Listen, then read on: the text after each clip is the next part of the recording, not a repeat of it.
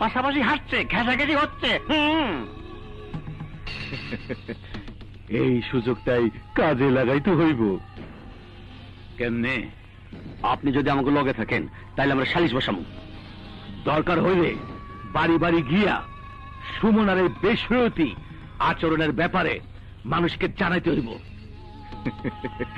সালিশে যখন সুমনা বেগানা পুরুষের লগে মেলামেশার অভিযোগে দোষী হইব, তখন কি আর সৌরভ মিয়া উঁচা গলায় কথা কইতে পারবো?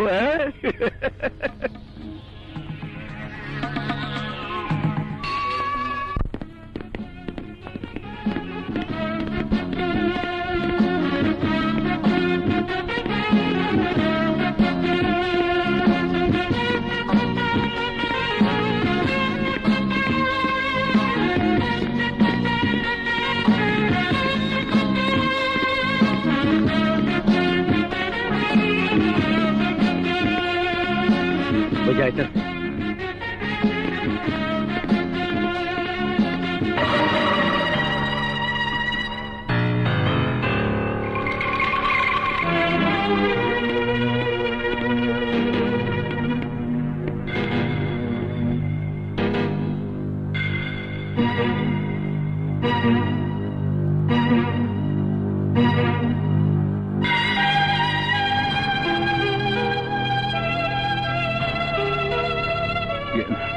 শামসু ভাই, আপনি এখান দিয়ে যাবার সময় তোমার দেখা পাবো ভাবিনি।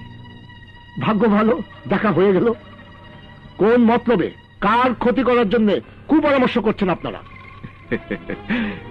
কুপরামর্শের কথাটা ঠিক বলেন নাই।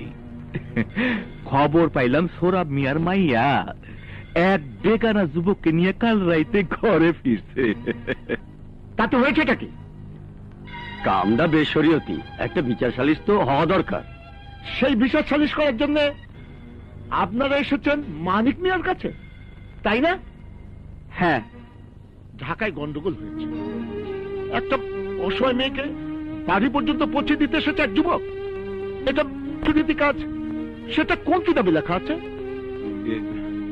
না মানে ওরা বলছিল। ওরা কি বলছিল আমি জানি মানিক মিয়া।